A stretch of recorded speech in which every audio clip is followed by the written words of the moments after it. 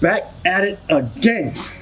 Brand new Untitled, where we're bringing you real topical information to help you transition and succeed in Haiti. This episode is going to be about inflation, the Haitian Gourdes, and the difficulties of working with the currency that is in a constant devaluatory state. Let's talk about it.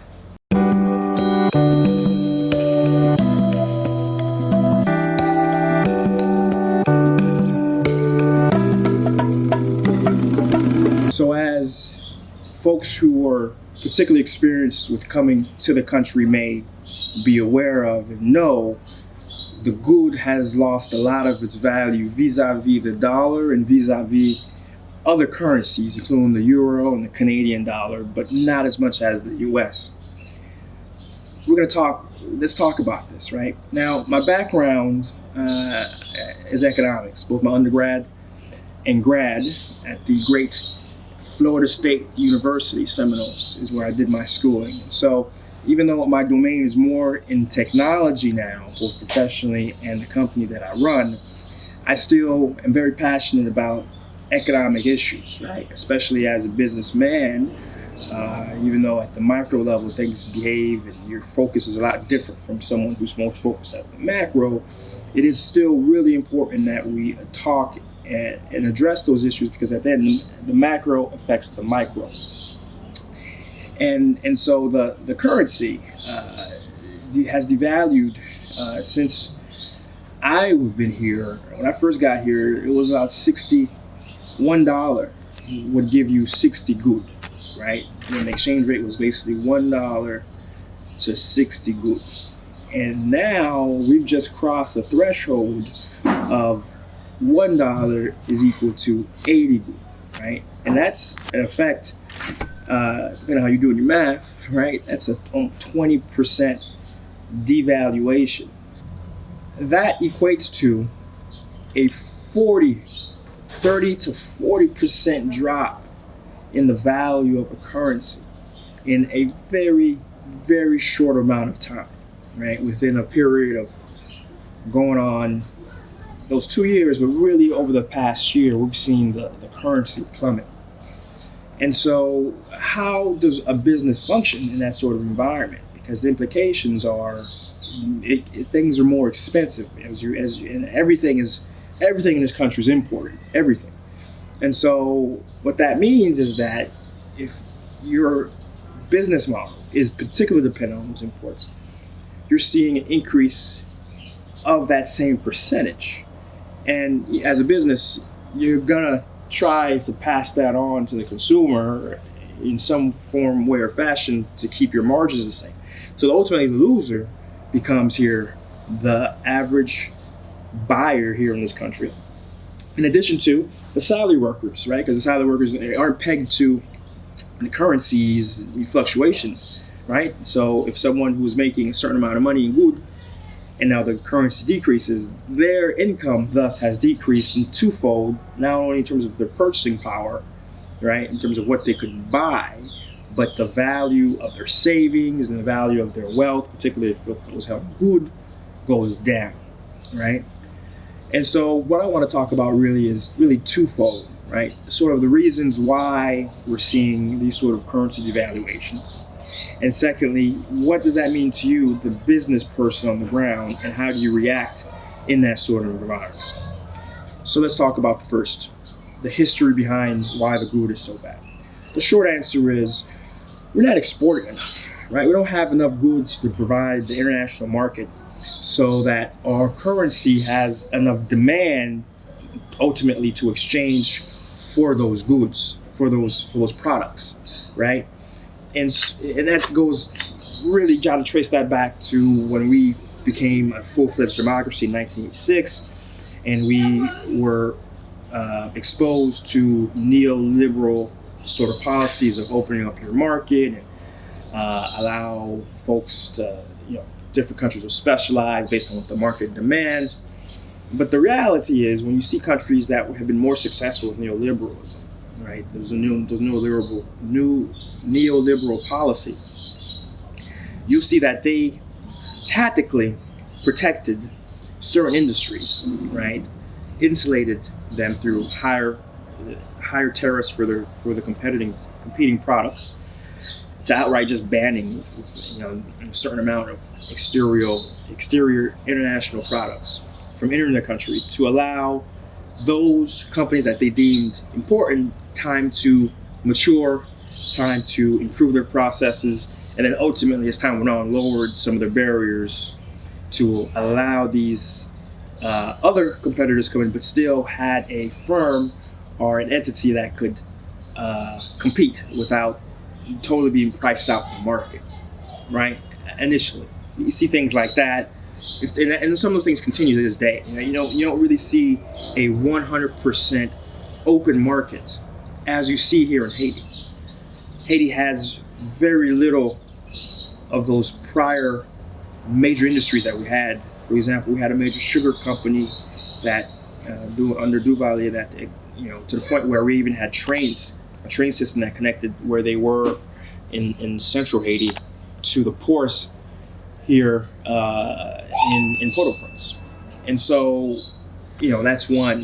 And you see major cement factories that we've had here. It's baffling as you come and you see how much of what we build are cement-based buildings, and to know that the vast majority of cement that is created and used in this country comes from abroad rather than internationally and locally.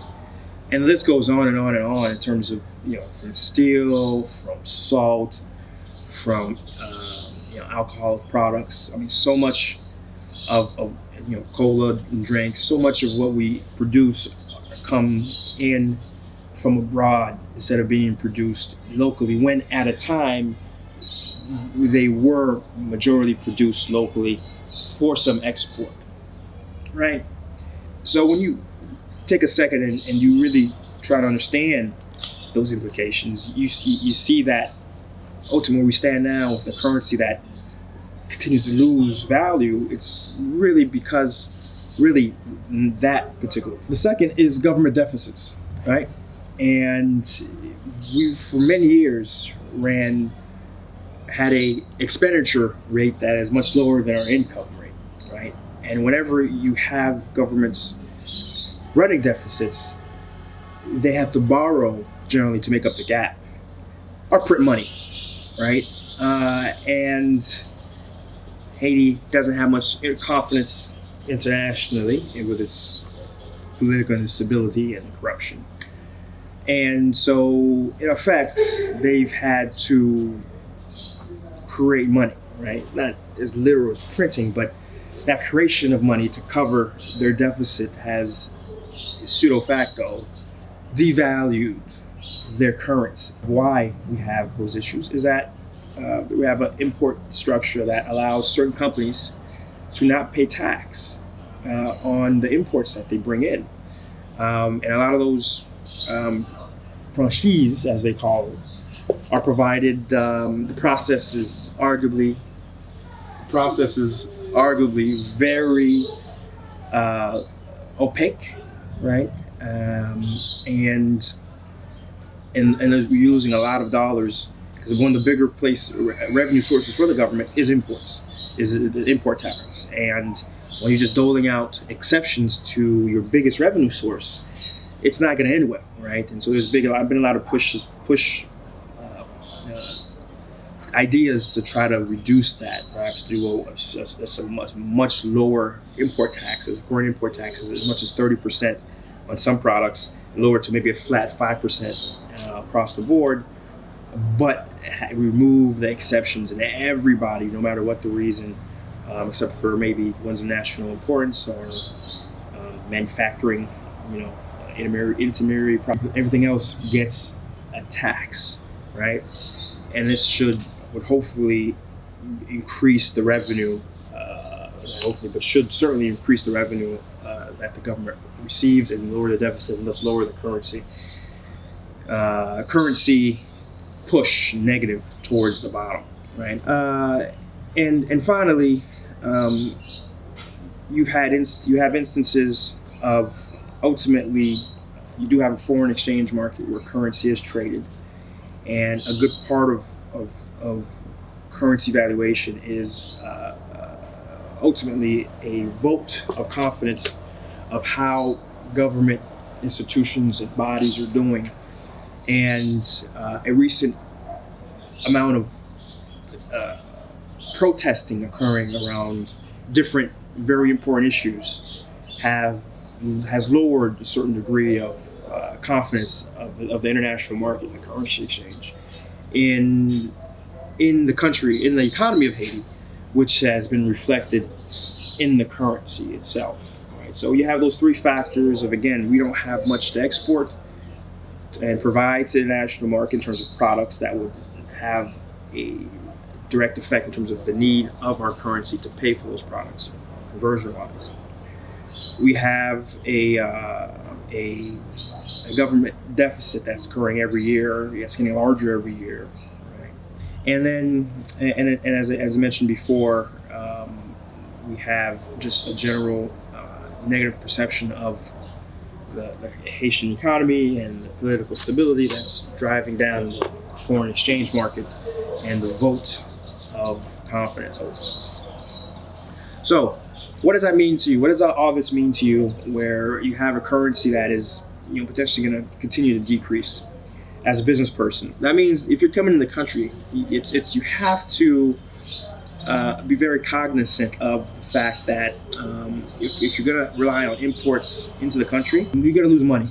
And because as you adjust your prices, folks will switch to substitutes, to your product. Even if it's food, they'll switch to alternatives. And especially if it's a non-perishable good, like something like a washing machine or something like that nature, right? TV, you're certainly going to see a lot less demand for your product, and so it's going to be much more to your advantage to try to figure out ways to potentially export, right? Because if you're buying things in a currency as devalued, i.e. your costs and expenses are going down, right? Your costs and expenses are going down while the alternative currency that you're selling in is in effect going up. That means you're going to make profit, not even being any more efficient in your business model just because of the currency differences, right? So if you can figure out a way to make your revenue in dollars, right, have a product that is internationally facing, while having your cost basis in good, right, you're going to be winning. And what sort of industries could give you that? A BPO, where you're back office processing, right, where you're handling different functions for entities abroad while you're here. Call centers, very similar in that effect. If you have if you're in the food industry and you can get FDA approved and to be able to ship your products abroad. If you're in manufacturing, if you have a product that you're creating and getting a foothold anywhere in the world, not just the US, but anywhere in the world, that's great. And so again, if you can have that model coming in, right?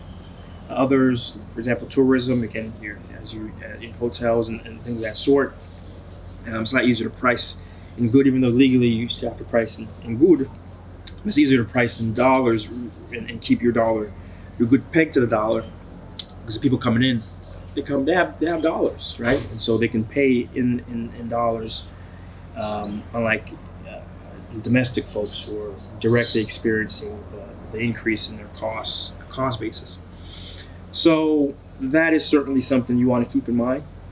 But it's certainly an opportunity if your business model is one where you have the capacity to bring dollars in revenue, right? And ultimately too, that's one of the reasons why I do what I do. I bring information to you guys who are kind of on the fence about trying to do business and how to do business, because opportunities like this is very bad for economy, decreasing currency. It's very bad for so many different factors of the economy. But I can tell you though, from someone coming in and looking to execute ideas, particularly facing abroad, this is a grand opportunity because again, your cost basis is decreasing. And at some point, if enough people come in with ideas and investment dollars and ways to execute, things will reverse. The currency will flatten out, even out, and ultimately perhaps even start to improve as time goes on and as development happens and the economy improves. Certainly there's an obligation of the government to sort of come in and step in and do the right policies. But we can't wait for this government to suddenly change. Right? We have to come in and do things and try to be positive influences while making a good buck, making a quick buck, right? So I think I covered a good amount of what's going on in terms of the history and where the opportunities are, right? Where could you be? What could you do to take advantage of this decreasing currency situation? So if you have any other questions that you may think of that I didn't cover in this video, perhaps I can do a follow-up on, leave a comment below, right? Reach out to me directly by email. That link is also below. And let's talk about it. I want to continue this series, this particular sort of more educational macro topics and issues, and particularly bring it down to how it can affect you at the micro level as you're deciding what industries are what to do, what industries to move into, how to change your business model potentially to insulate yourself. Because, for example, I didn't even talk about trying to go to other places where the currency differences have been less. For example, the yuan, right? The yuan, and grabbing Chinese products instead of American products, where we've seen a lot less currency devaluation vis-a-vis of each other, right? And so just things to think about.